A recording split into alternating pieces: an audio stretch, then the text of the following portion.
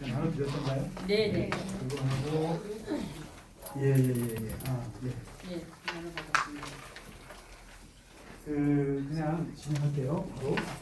사실 오늘 좀 볼 때 그 최초의 교회입니다. 예루살렘 교회인데 이 예루살렘 교회를 우리가 공부할 게 좀 많습니다. 그래서 사도행전 1장부터 한 12장, 13장까지가 다 예루살렘 교회예요. 예루살렘 교회인데 이게 왜 중요하냐면은 사도행전 초대교회 유일한 역사책인데 그 역사책에 28장인가 9장까지 있잖아요. 그 중에는 반이 예루살렘 교회이거든요. 그만큼 이게 마틴 루터가 초대교회로 돌아갑시다. 그리고 항상 이제 교회가 위기를 당하면 초대교회로 돌아가자고 했을 때 그 말하는 교회가 한 두 가지 정도 교회예요. 뭐냐면 예루살렘 교회, 그다음에 다음 주에 배울 안디옥 교회. 그리고 이제 우리가 그다음에 에베소 교회, 그다음에 바울이 세운 그 무수한 교회들.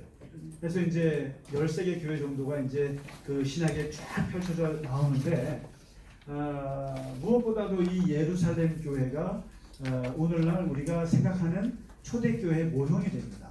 그래서 여기에 이제 장점도 있고 단점도 있는데 그거를 짧은 시간이지만 같이 좀 하면서 했으면 좋겠어요. 이게 이제 이게 너무 제가 사과했는데 너무 지도가 작아가지고 좀 답답하긴 한데 이게 교회라는 게 이제 앞으로 쭉 보실 게 여기가 예루살렘이지 않습니까? 예루살렘에 첫 교회가 생겼고 여기 이제 안디옥 교회, 2차 교회, 다음 주에는 이방인들이 세운 교회죠. 그 다음에 이제 그 바울이 세운 에베소 교회, 그 다음에 여기 이제 빌립보 교회, 여자들이 세운 교회, 유럽, 그 다음에 데살로니가 교회, 그리고 여기 이제 고린도 교회, 그리고 이쪽 아시아, 터키 쪽에 보면은 갈라디아 교회, 무슨 뭐 골로새 교회, 라오디게아, 두아디라, 요한계시록에 나오는 7교회 있잖아요. 이런 것들이 이제 예루살렘에서 출발해서 유대와 이 안디옥과 이 지중해 이까지 여기에 이제 교회가 펼쳐져 있는데 이걸 한번 쭉 보면서 이제 공부를 하는데 오늘 한번 성경 책을 갖고 오셨어요? 네. 이렇게 대답이 반반이시네요. 네, 그래서 그 교회를 처음 설계도를 만드신 분은 누구냐면 예수님이세요. 그게 마태복음 16장이에요. 16장에 처음으로 예수님이 그 교회에 대한 그 그림을 딱 그리셨는데 4가지 그림을 그려놓으셨어요. 이제 가이사랴 빌립보라고 하는 그 이제 아주 항구 도시에서 거기에서 이제 예수님이 3년 사역을 마무리하시면서 제자들에게 물어요. 사람들이 나를 누구라고 보느냐? 뭐 세례 요한이라고 합니다. 뭐 엘리야라고 합니다. 뭐 말이 많죠. 근데 너는 누구라고 하느냐? 아주 실존적 질문을 던졌을 때 베드로가 주는 그리스도시지요. 우리가 기다리던 메시아시죠. 하나님의 아들이시지요. 이 고백을 듣는 순간 예수님이 교회를 딱 그리세요. 이게 무슨 말이냐면은 교회라고 하는 것은 예수님이 첫 번째 말 이 반석이라고 하는 것이 굉장히 중요하다는 거였는데 반석이 있어야 이 교회를 짓는다. 근데 이 반석을 계속 찾으셨어요, 예수님이. 찾으시다가 언제쯤에 나오냐면은 사역을 마무리할 때쯤에 돼서 베드로의 입을 통해서 나온 게 이 반석이 나옵니다. 이 반석이 바로 뭐냐면 바로 주는 그리스도라고 하는 이 등식이에요. 그 다음에 하나님의 아들이라고 하는 이것이 이 문장이 교회의 반석이에요. 그러니까 예수 당신이 그냥 나사렛 자식이다, 목수의 아들이다 이런 게 아니라 하나님의 아들입니다. 이 고백이 나왔을 때 이게 이제 반석이 나왔고요. 그래서 심지어는 베드로의 이름도 반석이라고 지어줬잖아요. 그래서 이렇게 지어주고 두 번째 말씀하신 게 이 반석 위에 내 교회라고 하는 말을 써셨어요. 내 교회를 세웁니다. 근데 여기서 중요한 게 마이 처치요. 그러니까 이 교회라고 하는 것이 항상 위기를 겪을 때 가장 그 심각하게 문제가 되는 게 소유권입니다. 교회가 평화로울 때는 아무 문제 없어요. 그런데 항상 내분을 겪거나 어려움을 겪을 때 항상 누가 오너냐, 교회 오너가 누구냐가 정리가 안 되면 교회가 항상 어려움을 겪는데 예수님은 분명히 오너는 나에게 있다라고 합니다. 오너는 나다, 대교회다. 이걸 이제 분명히 밝혔다는 겁니다. 이게 아주 중요한 얘기고요. 그 다음에 이제 내 교회를 세운다라고 하는 말씀을 하신 다음에 이 내 교회에 주는 예수님의 2가지 축복을 얘기하세요. 3번, 4번. 이게 그러면 세 번째가 뭐냐면은 음부의 권세가 이기지 못한다. 음부의 권세. 이게 뭘 말하냐면 교회라고 하는 것은 세상 속에 세워지는 것인데 세상의 지배를 받지 않는다 이런 뜻이죠.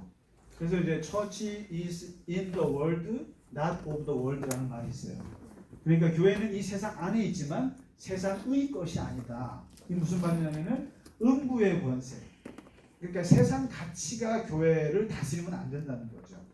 그리고 우리가 이제 음부라는 게 뭐 사탄의 권세라고도 말하지만 세상의 가치예요. 이 시대를 좌지우지하는 물질, 권력, 정치 또는 무슨 뭐 여러 가지 명예욕 이런 것들이 교회에 침투해서 그것이 교회를 이기지 못한다. 교회에 들어왔더니만 교회는 바깥에서 잘 나가는 게 하나도 소용이 없는 거예요. 그리고 바깥에서 무슨 뭐 돈 많은 게 아무 소용이 없는 거예요. 그리고 뭐 바깥에서 유명하다 아무 소용이 없는 이런 걸 말하는 거예요. 이게 음부의 권세라는 게 피상적으로 생각하실 필요 없어요. 그러니까 세상의 직함, 세상에서의 직분 이거는 교회에서 별 쓸모가 없다. 쓰임 받을 뿐이지, 이것이 이러한 권세가 교회를 지배하지 못할 것이다. 이거고요. 대신 교회에다가 주는 권세는 뭐냐면은 천국 열쇠라는 말. 천국 열쇠. 이 천국 열쇠를 주신다. 근데 이 천국 열쇠라는 게 뭔가 했더니 땅에서 풀면 하늘이 풀리고 땅에서 매면 하늘이 매이는 권세라는 거죠. 이게 뭐겠습니까? 엄청난 영역을 말합니다. 교회 안에 있는 영역. 그래서 이게 하늘이 움직이면 땅이 움직이는 게 아니라 땅에서 움직이면 하늘을 움직인다는 뜻이에요. 그래서 이게 말장난 같지만은 하나님이 당신의 교회에다가 주는 그 권세라는 게 하늘을 쥐었다 놨다 할 수 있는 권세라는 뜻입니다. 다시 말해서 하나님을 움직이는 권세를 교회에 줬다고 하는 거기 때문에 이건 엄청난 권세예요. 그래서 예수님이 그려주신 설계도는 이 네 가지입니다. 반석, 나를 그리스도라고 고백하는 사람들의 모임, 그 모임의 사람들에게 내 교회를 세우고 거기에는 음부의 권세가 다스리지 못하고 세상 권세가 다스리지 못하고 그들에게는 하늘을 움직이는 권세를 주셨다. 이게 교회가 받는 특권입니다. 이제 이 얘기를 이제 쭉 이제 하시고는 돌아가셨거든요. 돌아가시고 이제 제자들은 이 말을 잊어버렸죠. 제자들은 뭐 그냥 예수님 돌아가시는 것만 슬프지 이런 얘기는 까맣게 잊어버리다가 이제 예수님이 그 십자가에 금요일 날 돌아가시고 토요일 날 땅에 계시고 주일 날 부활하시고 나서 이제 40일을 제자들이랑 같이 지나세요. 40일을 같이 이제 지내다가 40일째 되던 날 예수님이 승천하세요. 승천하시고 이제 완전히 굿바이 합니다. 굿바이 하고 내가 올라간 대로 다시 올 것이고 그 다음에 제 천사들이 말하기를 예수님이 다시 오신다고 했는데 뭘 어딜 쳐다보느냐. 그리고는 너희들은 얼마 못 돼서 성령을 받으면 권세를 받아서 너희가 이제 예루살렘으로부터 출발해서 이제 그 다음에 유대 땅을 거쳐서 사마리아를 거쳐서 땅 끝까지 이제 내 증인이 될 것이다. 이 말하고 후적 가셨거든요. 가시고 나셔서 제자들이 멍하지 않습니까? 멍한데 그 마가의 다락방에 앉아가지고 거기서 이제 열흘 동안 두 가지를 해요. 뭘 하냐면은 제자들을 바꿔쳐요. 유다가 죽었지 않습니까? 그러니까 유다를 마띠아로 바꾸고 조직 정비를 하고 나서 열흘 동안 기도합니다. 열흘 동안에 열심히 기도한 후에 이제 그 오순절날이 딱 됐을 때 성령이 오잖아요. 성령이 내리 꽂으면서 두 가지 이게 벌어지는데 첫째가 이제 그 불의 혀 같은 성령. 그 다음에 이제 그 모습이 성령이 임하는 모습이 불의 혀. 그 다음에 강한 바람. 두 가지로 임했는데 그 임하면서 그 탁 터진 현상이 뭐냐면은 방언이 터져요. 근데 이 방언이라는 게 우리가 방언하면은 그 오순절 교회들은 자신 있어하고 장로 교인들은 방언 우습게 생각하는데 원래 여기에 또 떨어졌던 방언은 그냥 알랄랄랄라 하는 그런 뜻이 아니에요. 아니고 하나님의 그 예수가 그리스도라고 하는 그 메시지를 만방에 전하고자 하는 외국어예요. 외국어를 주셨어요. 그때 마침 6월절 전 세계 이방의 우리 동포들이 예루살렘으로 모일 때거든요.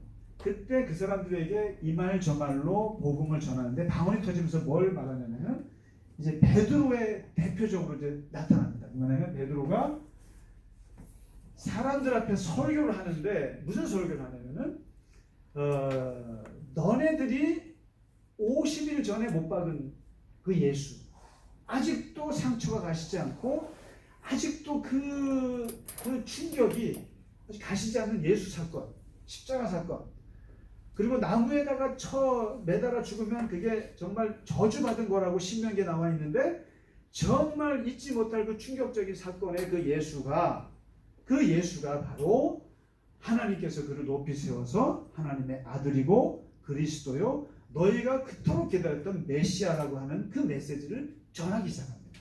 그러니까 너희가 나무에 달렸던 그 예수가 바로 그리스도라고 하는 요거를 방언으로 하는 거예요.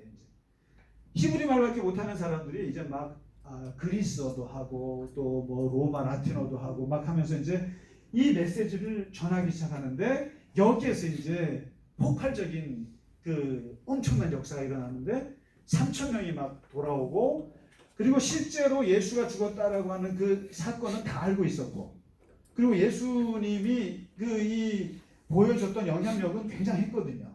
그러니까 근데 그분이 메시아라고 하는 메시지가 그 수제자 베드로를 통해서 이게 터지니까 이게 이제 여기서 성령까지 역사하니까 사람들이 엄청난 각성이 일어나면서 돌아오기 시작하는데 3,000명이 이제 막 돌아오기 시작합니다. 3,000명이 회개하고 그리고 성령을 받고 막 이런 일이 벌어지면서 이제 여기서 끝나느냐? 여기에서 바로 교회가 탄생합니다. 이제 이게 그냥 끝나면 좋은데 그냥 그래 예수가 그랬어 하고 끝났으면 좋았는데 이게 사람은 확실히 이 공동체에 대한 본능이 있어요.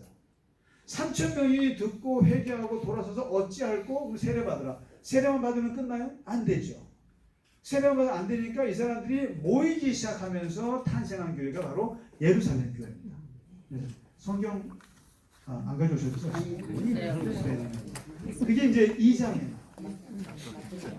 네, 왜냐하면 제가 그냥 막 헛소리 한다고 생각하지 마시라고. 성경이 얘기하는 쉽게 말해서 제가 구라를 친다 이렇게 생각하시면 안 돼요. 그 본문에 있는 얘기를 하는 거예요. 제가. 그러니까 사도행전 얘기하는 거예요. 나도 보면서 얘기해야지. 네, 그 사도행전을 펴놓고 하시는 게 편하죠. 예. 그러니까 이제 사람들이 너무 웃긴 거예요. 베드로가 못 배웠죠. 말도 못하죠. 이런 사람이 그 다음에 뭐 예수님 3번 부인했지. 근데 제가 어떻게 50일 만에 저렇게 말을 잘해? 근데 엄청난 일이 벌어지는 거죠. 그러면서 사람들이 꾸역꾸역 모여들기 시작하면서 교회가 생겨난 게 바로 사도행전 2장 42절부터 49절에 47절에 바로 예루살렘 초대교회의 모습을 딱 묘사한 말씀이에요. 그게 뭐냐면 이게 좀 뭐냐면 여기에 이제 이 사도가 등장합니다. 사도가 누굽니까? 베드로를 비롯한 12제자잖아요. 예수님을 직접 겪었던 사람들, 보고 가르침을 받았던 직접 제자들을 사도라고 그러는데 이 사도들이 첫째는 길거리 나가서 복음만 전한 게 아니라 이제 모여드는 사람들 앞에서도 얘기하는 거예요. 예수님의 산상에서 팔복을 얘기하셨고 예수님이 뭐 달란트 비유 얘기하셨고 이런저런 얘기를 이제 하면은 사도들은 뭐라 하냐면은 말씀을 전합니다. 말씀을 이렇게 자기들이 본 게 있으니까 들은 게 있고 그 다음에 성령을 통해서 각성한 게 있으니까 이걸 말씀을 전해요. 그러면 이제 거기에 모여든 사람들은 뭐냐면 이 말씀을 토대로 해서 교제합니다. 말씀을 교제하고 그 다음에 굉장히 모이기를 힘쓰고 그 다음에 하는 게 기도를 합니다. 이게 뭘 말하냐면은 이게 초대교회의 기본 이게 메커니즘인데 사도들은 말씀을 쥐고 있어요. 사도는 말씀을 쥐고 있고 그 말씀의 핵심은 예수는 그리스도예요. 그래서 이제 예수가 그리스도고 예수님의 말씀을 전하는데 이것을 사람들이 듣고 이 말씀을 계속 나누죠. 그렇구나. 교제하고 그 다음에 이거를 이제 이걸 가지고 말씀을 가지고 기도하고 기도하고. 그 다음에 사도들에게서 또 어떤 일이 벌어지냐면은 기사와 표적이 일어나요. 기사와 표적. 그러니까 이게 사람들이 병이 나요. 병이 났고 막 능력이 나타납니다. 거기에 따라서 교회는 또 뭐가 따라오냐면은 이게 이제 그러니까 사람들이 이제 떡을 뗍니다. 떡을 나는. 그러니까 음식을 항상 가져와서 먹고 음식을 먹고 그 다음에 이 물건을 나눈다는 거야. 물건을 나눈 통용이란 말을 하는데 이 집에 있는 것들을 다 가져와요. 가지고 와서 물건을 서로 나누는데 여기에 이제 돈도 나오고 뭐 먹을 것도 나옵니다. 그래가지고 뭐라고 나오냐면은 가난한 사람이 없더라 이렇게 나와요. 그래서 이 칼 막스라고 하는 독일의 그 철학자 자본론을 쓴 칼 막스가 최초의 공산사회라고 얘기했어요. 그러니까 이제 그 공산주의의 모델이 어디서 나오냐면은 예루살렘 교회를 보고 딴 거예요. 이게 봐라 초대교회 봐라. 난 나눠주지 않았느냐. 나눠주지 않았느냐. 근데 이제 이게 이제 공산사회라고 했지만은 더 정확하게 말하면 그 예루살렘 교회는 교회에서 물질을 어떻게 했냐면은 자세히 보면 이렇습니다. 마치 가족 같은 거예요. 가족 같은 개념인데 뭐냐면 돈을 버는 사람과 돈을 벌 수 있는 능력 있는 사람과 돈이 필요한 사람 두 가지로 나눠집니다. 물질은. 근데 이제 돈을 벌 수 있는 사람은 누구냐면 아버지예요. 어머니예요. 근데 돈을 쓰는 사람은 누구냐면은 자식들이에요. 근데 이 자식들이 그러면은 나는 돈 벌 능력이 없는데 어머니 아버지한테 돈 달라고 할 때 막 미안해하느냐? 그렇지가 않아요. 그렇지가 않고 마음껏 써요. 미안하긴 뭘 미안해. 못 줘서 막 안달이죠. 근데 이게 그렇다고 해서 주는 아버지가 그럼 그것을 그러면 뭐 내 거를 너한테 준다 그러느냐? 그렇진 않아요. 당연히 줘요. 그러니까 뭐냐면 이 초대교회가 생각하는 게 뭐냐면 있는 사람은 내요. 그리고 없는 사람, 필요한 사람은 그것을 또 편안하게 또 나눠주는 거죠. 이게 이제 가족들, 공산주의를 말하는 게 아니에요. 그래서 이러다 보니까 초대교회의 물건을 통용하는 것이 나와서 가난한 자가 없더라. 이제 이것이 나오고 그 다음에 이제 뭐가 나오냐면은 이제 찬미하고 찬송하고 이제 이런 게 나옵니다. 그래서 이 초대교회의 핵심은 예루살렘 교회의 핵심은 그 사도들에게서는 이게 말씀이 일단 시작이 되고 그 다음에 이걸 가지고 항상 교제, 이 교제라는 게 영적인 교제, 그 다음에 인간적인 교제, 말씀의 교제, 그 다음에 음식 교제 이게 다 있어요. 그러니까 코이노니아라는 게 단순하지가 않아요. 그러니까 오늘 사실상 이게 다 코이노니아라고 볼 수 있어요. 빵 먹었죠, 말씀 나누고 그 다음에 뭐 또 어떻게 사느냐, 우리 권사님 수술하신단다. 이게 다 코이노니아. 그러니까 이게 다 이제 나눠지고 그 다음에 이게 기도 그걸 가지고 기도하고 그 다음에 이제 그 교회에서 기적들이 일어나고 그리고 이제 물건을 나누고 찬미하고 이게 모여서 이게 되거든요. 근데 요거밖에 안 했어요. 예루살렘 교회.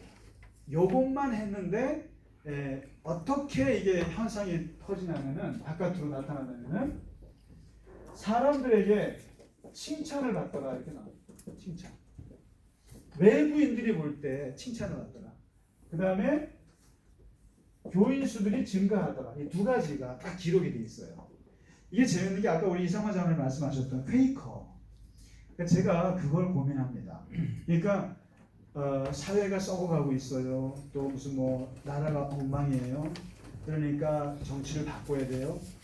이렇게도 생각할 수 있지만 오늘날 진짜 신학자들이 말하는 게 스테네 하우바스 같은 사람들이 말하기를 그런 짓 하지 말고 가서 데모하지 말고 제 삶의 공동체를 통해서 그 삶을 살게 하라. 요즘에 교회의 대안적 교회 개혁 운동입니다. 그래가지고 이 퀘이커 같은 경우가 그런 그러니까 자기들이 그런 삶을 살아버려요. 그냥. 세상 얘기 안 해요. 크게 안 하고 자기들이 사랑하고 자기들이 나누고 자기들이 그래서 이제 그런 게 굉장히 좀 이단적으로 보이기도 하고 또 뭐 이렇게 너무 그 세상과 안 맞는다 그 생각할지 몰라도 오늘날에는 그런 게 떠오릅니다. 오히려 제 사명이. 근데 이 예루살렘 교회가 그런 거예요. 무슨 뭐 정치인들하고 뭐 한 거 없고요. 그냥 요것만 한 거예요. 요것만 한 것인데 칭찬을 받았고 교인들은 알아서 드러나고 이제 이런 겁니다. 이제 이 교회 여기 이제 2장까지 설명이고요. 그리고 나서 그러면 실제로 이제 베드로가 뭐 안진뱅이를 고치는 사건도 나오고 그리고 이제 실제로 산헤드린 공회에 가가지고 그 국가 그 이스라엘 국가의 이제 그 최고 의결 기구잖아요. 거기에 가서 말씀을 전하다가 뭐 욕먹기도 하고 이런 것도 나오다가 이제 그러면 예루살렘 교회는 완벽한가? 모든 게 시간이 지나면은 타락하게 돼 있고 문제가 발생하는데 문제가 두 가지가 발생합니다. 이걸 한번 좀 보시죠. 항상 교회가 당하는 문제인데 5장입니다. 첫 번째 돈 문제. 첫 번째가 왜냐면 이제 이게 교회가 은혜롭고 또 좋고 하니까 교회가 은혜롭고 평화롭고 그 다음에 이제 기적이 일어나고 좋으면은 뭐가 드러나면은 돈이 늘어나요. 그렇지 않습니까? 모든 게 그렇습니다. 모든 조직이 모든 교회가 좋으면은 다 이게 헌금이 늘어나요. 그 헌금이 늘어나는데 여기에는 또 늘어난 건 좋은데 여기에 약간 경쟁이 생겨요. 특히나 여기다 보면 이제 다들 똑같이 그냥 10,000원씩만 내면 괜찮은데 어떤 한 사람이 100만 원을 턱 낸 거예요. 그것도 자기 집을 팔아서. 그러니까 자기 밭을 그냥 몇만 평을 팔아가지고 그거를 다 헌금으로 탁한 거예요. 그게 바로 요셉. 이 사람이 누구냐면 바나바입니다. 앞으로 주목할 만한 사람이에요. 사도 바울의 아주 절친, 그 위로의 바나바. 그래서 이제 사도 바울을 안디옥 교회 창립하는데 이끌어준 사람, 성격 정말 좋은 사람, 부자. 이 바나바가 헌금을 크게 개척을 한 겁니다. 그러니까 전부 다 사람들이 보고, 진짜 크네, 좋네. 근데 여기에 이제 약간 나도 해야겠다라고 생각이 들었던 사람이 바로 아나니아와 삽비라라는 거죠. 그러니까 이게 이제 그런데 이게 뭐죠? 황새가 못 쫓아가지 말라고 그러죠. 벨새가 황새 쫓아가다가 못 찢어진다고. 이게 그릇이 안 되는 사람인 거예요. 그런데 이제 나도 해서 좀 주목받아야지 하고 헌금을 하려고 했는데 하다가 마음이 바뀐 거죠. 바뀌어서 결국에 이제 아나니아와 삽비라가 둘 다 죽어나가는 일이 벌어지는데 이 사건을 왜 기록했겠어요? 이게 그 영적인 은혜와 이 물질적인 시험이 같이 가요. 같이 가는데 이 초대교회의 은혜가 하나님의 성령의 은혜가 이러한 그런 물질적인 유혹을 덮어버린다는 얘기예요. 죽습니다.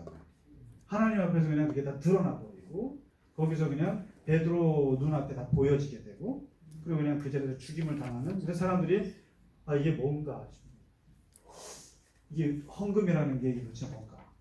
그러니까 이제 하려면 제대로 하고 하지 말라는 건가. 하여튼 여기서 큰 그 시험을 겪습니다. 이제 한번 물질적으로 한 번씩 겪고요. 그 다음에 이제 두 번째 시험을 겪는 게 뭐냐면은 6장에 나옵니다. 6장에 나오는 두 번째 시험이 모든 공동체가 겪는 건데 불평등, 불공평, 그 다음에 편애. 예를 들면 목사가 누구를 조금만 더 칭찬하면 미쳐버리는 거예요. 미쳐버리는 거예요. 누구한테 조금만 눈길만 줘도 미쳐버리는 거고 누구한테 이름을 거론해도 막 이 질투와 그 다음에 서로 간에 이 조금만 다른. 근데 이 예루살렘 교회가 당했던 거 뭐냐면 이 교회에 모였던 사람들이 여러분 유대인들이 아니에요. 유대인들이 아니고 유대인이긴 유대인인데 두 가지 종류의 유대인이에요. 그 당시에는 이게 막 헬라에 물든 사람, 그리스 문화에 물든 외국물 먹은 사람들 있죠. 그런 사람들이랑 본토 유대인이 있는 거예요. 이 사람들이 같이 초대교회를 예루살렘 교회를 이뤘는데 본토 유대인을 히브리파라고. 히브리파 유대인. 그 다음에 이제 바깥에 가고 외국물 먹고 들어온 사람들을 뭐라고 그러냐면은 헬라파 유대인. 헬라파 유대인. 이 두 종류가 예수를 믿고 교회를 이뤘는데 이게 이제 매주 모이고 그 다음에 같이 말씀도 나누고 다 좋은데 그 다음에 물건을 나누다 보니까 이게 그냥 나눌 수 없잖아요. 그러니까 이제 가난한 사람들이 많으니까 이게 나눠준단 말이죠. 그런데 나눠주는데 뭐가 발생하냐면 왜 헬라파 유대인들은 안 줘? 헬라파 과부들. 가난한 분들한테는 이게 안 들어가고 자꾸 본토 유대인들 위주로 이렇게 구제가 발생하니까 여기서 이제 교회가 갈등이 일어납니다. 갈등. 근데 이제 이게 왜 그러냐면 베드로라고 하는 사도부터 시작해서 요한이나 야고보나 다 사도들 아닙니까? 이 사람들이 이걸 한 거예요. 쉽게 말해서 이제 뭐 이게 목사가 그걸 다 한 거예요. 그러니까 사도들이라는 게 예수님은 잘 알고 예수님을 경험할지 몰라도 자기들이 뭐 또 동계산에 이건 안 된단 말이죠. 근데 이게 하다 보니까 이게 잘못 뭐 인종에 입술이라든지 뭐 그런 이제 이게 이런 불평등이 생기니까 교회가 갑자기 이렇게 이게 뭐야? 아무리 하나님 말씀도 좋고 기적도 좋지만 공평해야지. 왜 누구는 더 주고 누구는 안 줘? 이런 게 이제 교회 안에서 발생을 하는 거죠.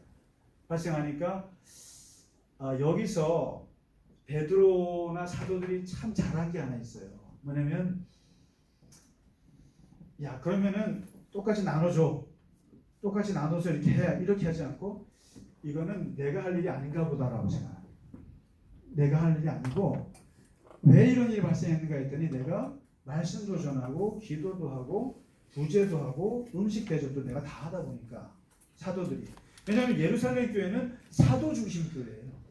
누가 뭐라 그래도 베드로의 권위를 못 따라가요. 베드로가 하면 뭐예요? 뭐 예수님의 직제자인데 그 권위가 대단했죠. 그런데 막상 물질 나누고 구제하는 데는 서투른 거죠.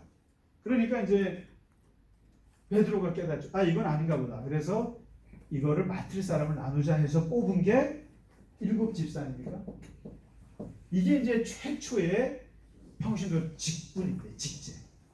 최초로 이제 나오는데 이 7 집사를 뽑는데 7 집사 이름 다 아세요? 이름?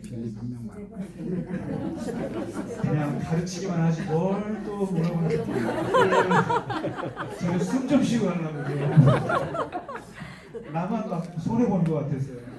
그게 아니고 그 7 집사를 뽑을 때 그 기준을 잘 보시라 필요가 있어요. 기준.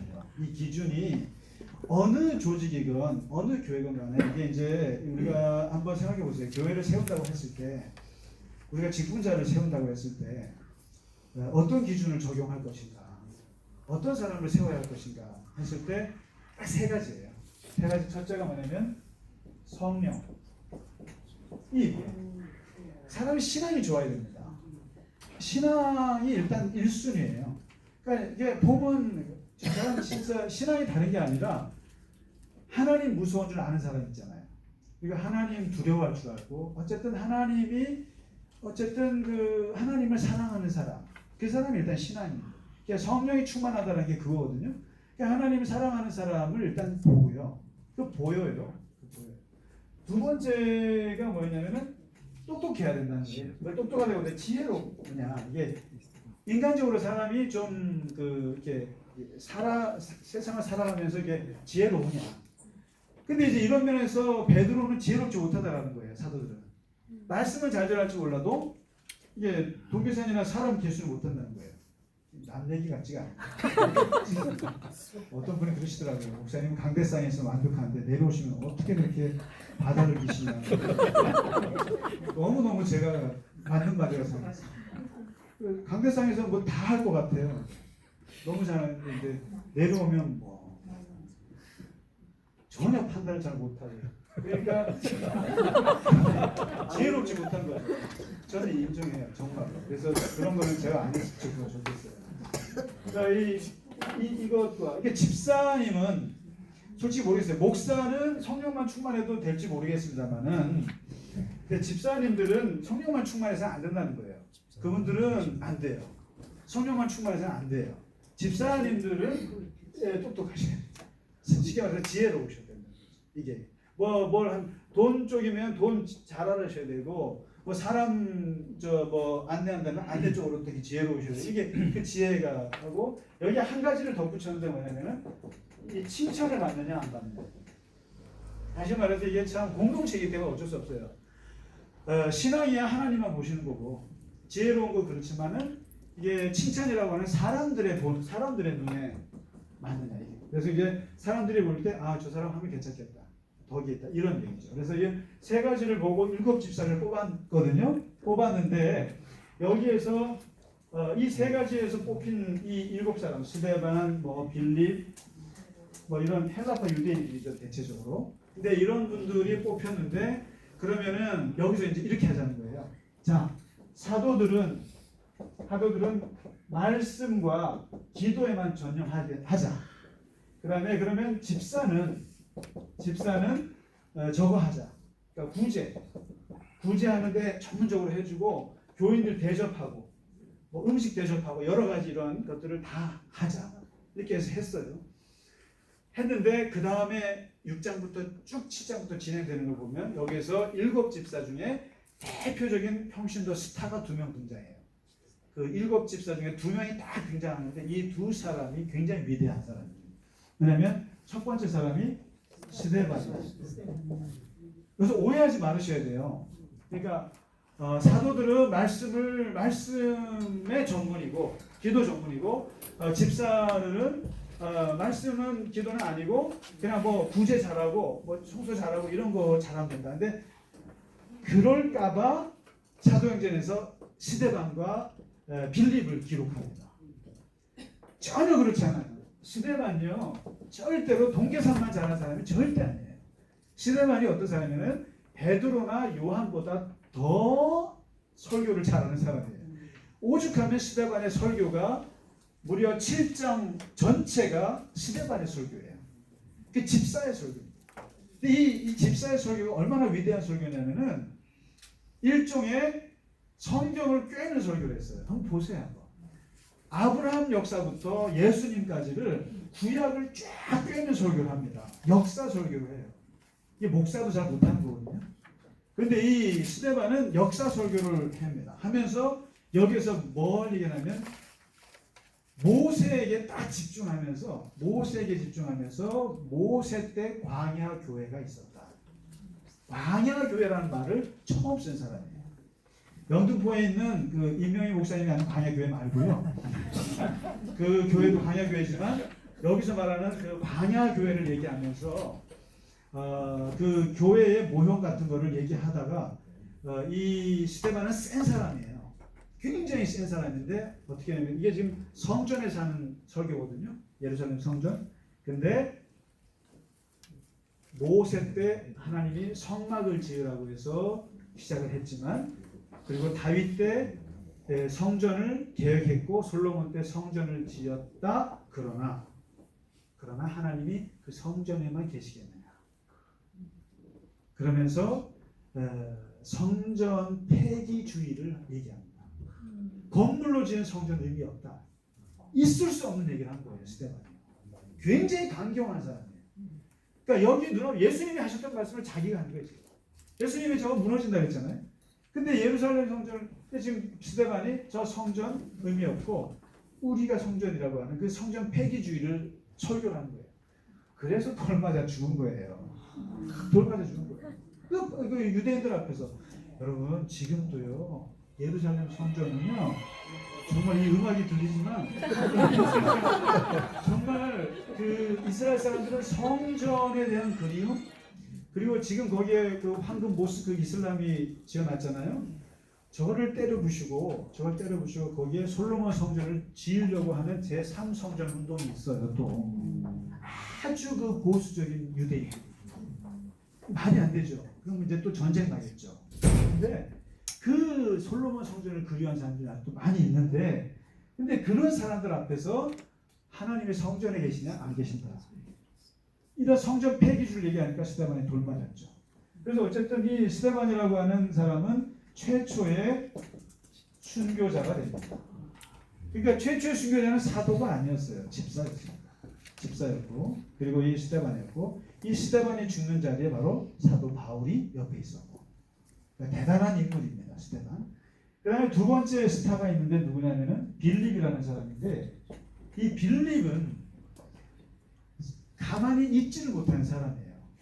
교회에서도 보면 그런 집사님이 있지 않습니까? 가만히 있지를 못하는 그러니까 돌아다녀야 되는 사람이었어요. 돌아다니고 그 다음에 사람들이 안 가본 데를 먼저 가는 사람이었어요. 바로 이 빌립인데 최초의 전도자, 프론티어 전도자예요. 개척 전도자. 그러니까 베드로나 이런 사람들은 그 생각도 못했던 이방인 땅을 치고 들어간 사람이 누구냐면 필립이에요. 사마리아 땅을 누가 들어갑니까? 그 다음에 그 가자 지역에 누가 가요? 근데 그 지역까지 제일 먼저 뚫고 들어가서 사람들을 예수 믿게 하고, 그 다음에 세례는 자기가 주지 못하니까 베드로와 야고보, 요한이 와서 세례를 주고. 그러니까 정말 좋은 거죠.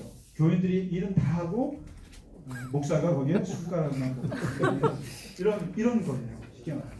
그러니까 완전히 개척. 그래서 이 빌립은 사실 이제 나중에야 베드로가 이방인에게 눈을 뜨지만 이미 빌립은 먼저 눈을 떴어요. 눈을 떠서 사마리아부터 뚫고 들어가고 그다음에 이디오피아 내시를 전도했고 이랬잖아요. 그러니까 사실은 교회에서 보면 시대를 앞서가는 사람이 누군가 하면 교인들이 먼저 앞서가요. 목사보다 먼저 시대를 먼저 읽는 게 교인들이에요. 교인들이 읽고 목사들은 계속 보수적인 세계관, 보수적인 그 신학관에 매여가지고 함부로 움직이지 못해요. 근데 교인들은 세상에 살다 보니까 너무 타락해서 그런지 몰라도 그게 아니라 굉장히 앞서가는 게 있어요. 그러니까 이 빌립이 베드로는 꿈도 못 꿨던 사마리아를 뚫고 들어가서 전도하고 거기를 복음화시켰던 사람이고, 이 빌립의 딸들이 또한 굉장히 영적인 딸들이어서 같이 예언 활동하고 그러면서 아주 전도자로서 굉장히 앞서갔던 사람이 빌립이다 이거죠. 그래서 이 스데반과 빌립이라고 하는 두 집사를 통해서 이제 교회가 이렇게 되고요. 그래서 이제 마칠게요.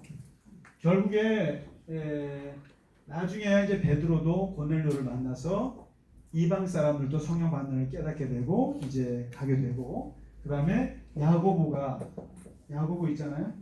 그 요한의 형 야고보가 순교를 당하고 두 번째로 순교를 당하고, 그다음에 베드로가 투옥이 되고 이러면서 이제 교회가 박해가 들어오면서 예루살렘 교회가 흩어지기 시작하면서 베드로도 한번 감옥에 갔다가 그 다음에 떠나고 이제 돌아다니게 됩니다. 그러면서 이 베들레헴 교회는 약간 이제 예수님의 동생 야고보가 맡아서 하긴 하는데 이제 조금 쪼그라들기 시작하죠. 박해를 받으면서 흩어지면서. 근데 대신 다음 주에 우리가 공부할 그 안디옥 교회가 탄생하고 이제 막 탄생하면서 예루살렘 교회는 이제 좀 모교회지만 가난해지기 시작합니다.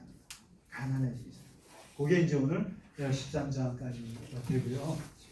그래서 사실은 이 요약하자면 예루살렘 교회는 최초의 교회고, 그다음에 이제 모교회가 되고, 그리고 사도가 이렇게 이끌고 가는 교회였고, 그리고 예배는 어디서 드렸는가? 예루살렘 성전에서 어느 곳에서 드렸고, 그리고 자기들은 기독교라는 생각을 해본 적이 없고 그냥 유대교 안에 있는 나사렛 예수파, 예수를 메시아로 믿는 그 사람들이었고, 그래서 이방 선교에 대한 생각이 없었고, 그런데 하나님이 스데반을 죽게 하고 야고보를 죽이면서 박해가 오면서 교회가 이방에 대한 눈을 뜨기 시작했다. 그리고 교회는 쪼그라들게 되지만 나중에 그래서요, 이 예루살렘 교회가 무시하지 못하는 게 안디옥 교회가 도와줘요. 그래도 우리의 모교회는 예루살렘 교회라, 에베소 교회가 도와주고. 그래서 항상 그 다음부터 생겨나는 교회들은 다 예루살렘 교회가 그래도 우리의 모교회라는 의식이 굉장히 강했습니다. 그래서 사도 바울이 돌아다니면서 헌금을 걷어갖고 예루살렘 교회에 갖다 주고 그러거든요. 그러니까 어쨌든 간에 그 예수님의 그 설계도에 따라서 처음 먼저 생겨난 교회가 예루살렘 교회였다. 요거를 오늘 말씀을 드리고 일단은 잠깐 마치도록 하겠습니다. 예.